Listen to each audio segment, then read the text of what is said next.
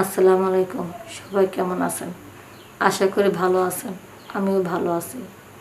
আজকে আপনাদেরকে যে গল্পটা শোনাবো সেটা কোনো সিনেমা বা নাটকের কোনো গল্প না।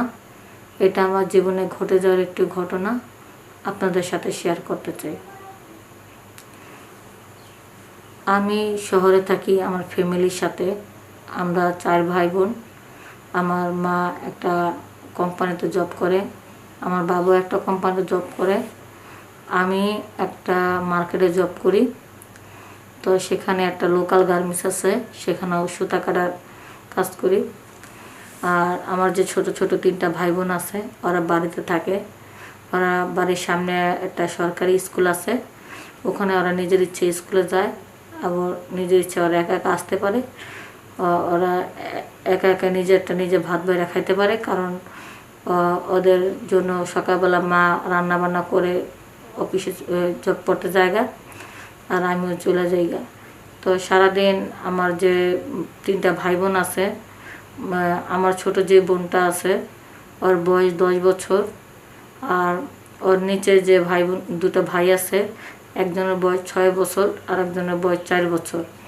এবং ওই 10 বছরের বোনটা ওদের দুজনকে দেখে রাখে। তো যাই হোক, আমি একটা কোম্পানিতে লোকাল একটা গার্মেন্টসে কাজ করি। লোকাল গার্মেন্টস বলতে আমি থাকতাম হইলো ঢাকা কামরাঙ্গীরচর। তো ওখানে নিউ মার্কেটে বা সুপার মার্কেট আর ছোটো ছোটো লোকাল কারখানাগুলো আছে, সুতা বাসে, কেউ মেশিন চালায়, সুন্দর সুন্দর জামা তৈরি হয়। তা আমি ওদিকে একটা চাকরি করতাম। তো আমার যেখানে চাকরি করি ওখানে একটা ছেলে আছে, একটু কালো কালো, তবে দেখতে অনেক সুন্দর। আর একটা প্লাস অনেক সুন্দর। তো 2-3 জন ছেঁড়া হবে ওই রুমটার ভিতরে, আর আমি সুতা বাসি। তো ওই 3 জনে প্রায় দেখে আমার তাকায় থাকে। আসলে 3 জনে আমাকে খুব পছন্দ করে। তো আমি তো কাজ করতে আসি, নতুন মানুষ, আর আমার বয়সটা অল্প, প্রায় 13-14 বছর, প্রায় হয়তো 14-15 বছর বয়স হতে পারে। তো আমি কাজ করতেছি। তো আমার মাস শেষে 1000 টাকা বেতন দেয়। তো আমি ওই নতুন মানুষ তো কাজ শিখতেছি, পাশাপাশি আবার টুকটাক সাইডে কাজ করতেছি। এখন ওখানে তো আবার টিএসসি মোড় আছে, অনেক সময় যারা জোড়া কবুতর আছে, আবার ইটান কলেজের সামনে দিয়ে দেখি ছেলে মেয়ে একসাথে বৈশা বৈশা, বুঝতে তো পারছেন, শরীরে টাচ করে, ধরাধরি করে, বৈশা বুট খায়, ফুচকা খায়, আইসক্রিম খায়। তো একদিন আমাদের কারখানার লোক বলতেছে যে আপু চলেন আমরা একটু ঘুরে আসি গা। তো 8টার দিকে কারখানারা ছুটি হয়ে যায়, 8টা বাজে। তো প্রতিদিন এক ভাই আইসা আমাকে সাথে করে নিয়ে নাইমা আমাকে ওই যে টিএসসি মোড়ে একটু বসায়, তাকে আমি 1 ঘন্টা সময় দিই।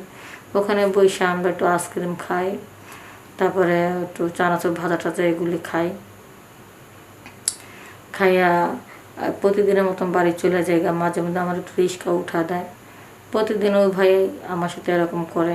আবার মাঝে মধ্যে আমাকে পার্কে ঘুরতে নিয়ে যায়।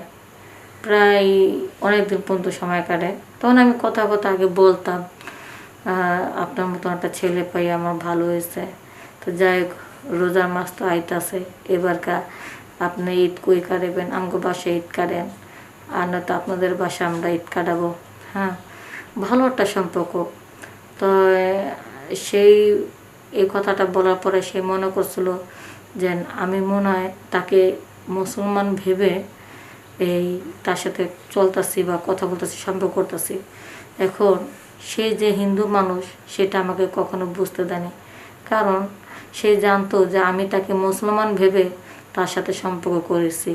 আর সে যদি হিন্দু মানুষ, আমি যদি মুসলমান হই, আর আমি যদি তার সাথে সম্পর্ক না করি, ভালোবাসার সম্পর্ক না করি, এই জন্য সে তার পরিচয়টা দেয়নি। তার একটা উদ্দেশ্য ছিল যে মেয়ে যদি আমাকে মন থেকে ভালোবাসে, একবার যদি ওর মন দিল সব কিছু নিয়ে নিতে পারি, আমি হিন্দু যদি পরে জানো, তারপরে সে আমাকে মেনে নেবে বা আমার সাথে সম্পর্ক ঠিক থাকবে। এই জন্য সে আগে থাকতে বলে নেই যে সেই লোকটা চাইছিল যে আগে আমি তার মনের মতন হই, তাকে আমি আমার মনের ভিতরে ঢুকে জায়গা দিই, তারপরে সে আমাকে বলবে। কিন্তু এইভাবে আমাদের সম্পর্ক চলতে চলতে প্রায় 3 বছর হয়ে গেল।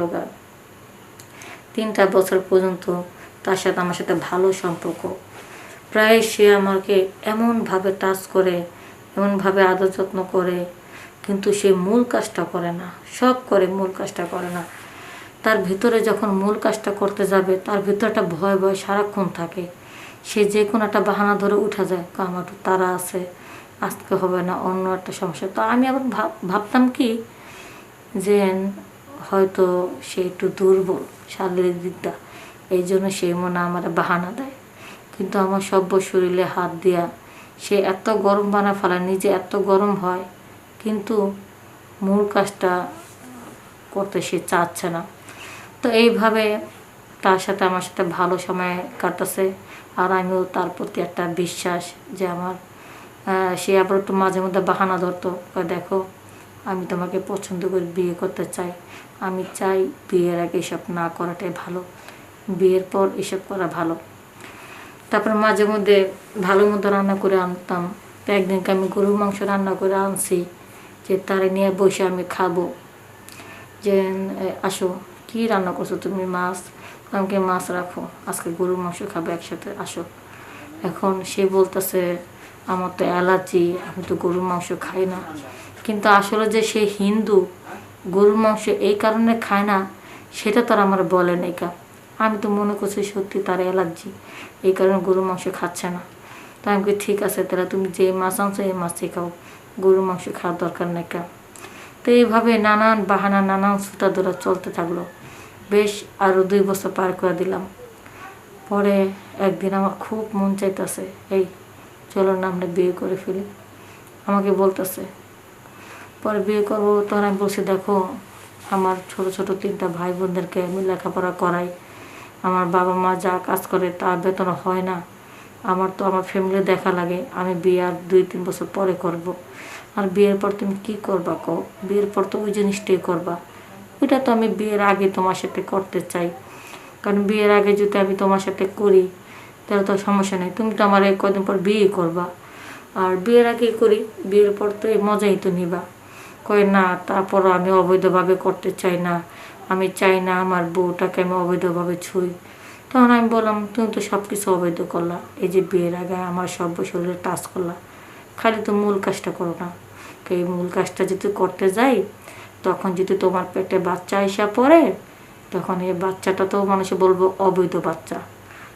পরে আমি বললাম করলে কি খালি বাচ্চা হয়ে গেল, কত ব্যবস্থা আছে না। কয় শোনো, তোমার যেহেতু বিয়ে হয়নি, আর তুমি বিয়ের আগে যদি উল্টা পাল্টা কোনো ব্যবস্থা নাও, যদি বিয়ের পর যদি সারা জীবনে যদি তুমি যদি মা হতে না পারো, তখন কি হবে বলো তো?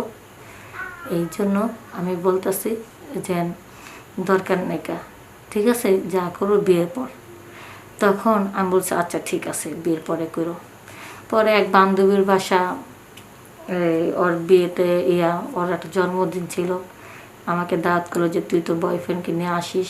ঘরে ভাবে বেশি একটা লোকজনের আয়োজন না, আমরা ওর প্রেমিকা নিয়ে আসছে, আমি আমার প্রেমিকা নিয়ে আসছি। আর ওর বান্ধবী, ওর বাপ মা ছিল গ্রামের বাড়িতে, পুরো ফাঁকা, ফ্ল্যাটটা ফাঁকা। পরে যখন আমরা গেছি, পরে আমাদের এক ঘরের ভিতরে দিয়েছে শুইতে, আর ওই আর বয়ফ্রেন্ডকে নিয়ে এক ঘরে শুয়েছে। বাইরে ভাই কী বলবো। পরে ওই দিন তো আর আমার বয়ফ্রেন্ড কী অজুহাত দেখাবে, আমারও মন খুব চাইছে, আমারও খুব হাতে এসে টাচ করছে, কিন্তু মূল কাজটা করতেছে না। পরে এক পর্যায়ে জোর করে তার সেই যখন শুয়ে রয়েছে, ঘুমাইসে পড়ছে, আমি আস্তে আস্তে তার পেনটা চেন খুললাম, মূল কাজটা করার জন্য বাহু এলাম।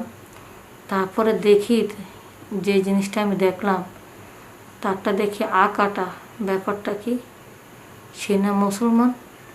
পরে তার একটা জায়গায় উঠাইলাম যে তুমি এই কাজটা, তো তুমি না মুসলমান, তোমারটাতে কাটা। কয় না আমি হিন্দু। আমি বলি তুমি এতদিন বলো নাই কেন? তুমি মুসলমান দেখে আমি বলি নি আমার তোমাকে আদর করতে বারবার মন চাইছিল, কিন্তু আমি হিন্দু দেখা, তুমি যদি দেখা ফেলাও, এই জন্য আমি তোমাকে মূল কাজটা করি নি কারণ আমরা হিন্দু, তুমি মুসলমান, তুমি যদি আমাকে মাইনা নেয় না, তাহলে আমি বলছি শোনো, তোমাদের হিন্দু ঘরের মেয়ে আমাদের মুসলমানের সাথে বিয়ে বসে মুসলমান হোক, এটা আমি চাই। কিন্তু আমরা মুসলমান হইয়া একটা হিন্দু ছেলের সাথে কখনো বিয়ে বসবো না। শারীরিক সম্পর্ক তো দূরের কথা, যাকে আমি বিয়ে করতে পারবো না তার সাথে আমি কেন শারীরিক সম্পর্ক করব? তুমি তুমি যেহেতু একটা ভালো ছেলে, তোমার সাথে এত দূর হয়ে গেছে, এখন থেকে তুমি আমার শুধু বন্ধু হিসাবে থাকবা। কোনো শারীরিক সম্পর্ক হবে না, আর কোনো বিয়ে হবে না।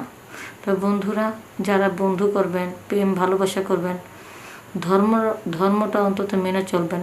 যারা মুসলমান আছেন, তারা যদি একটা হিন্দু মেয়েকে বিয়ে করে মুসলমান বানাতে পারেন, আপনাদের অনেক গুণ সওয়াব হবে। কিন্তু মুসলমান মেয়েদের কাছে একটাই রিকোয়েস্ট, কখনো হিন্দু ছেলেকে বিয়ে করে আপনারা কিন্তু আপনারা হিন্দু হয়ে যাবেন না। সবাই ভালো থাকবেন, সুস্থ থাকবেন। আসসালামু আলাইকুম।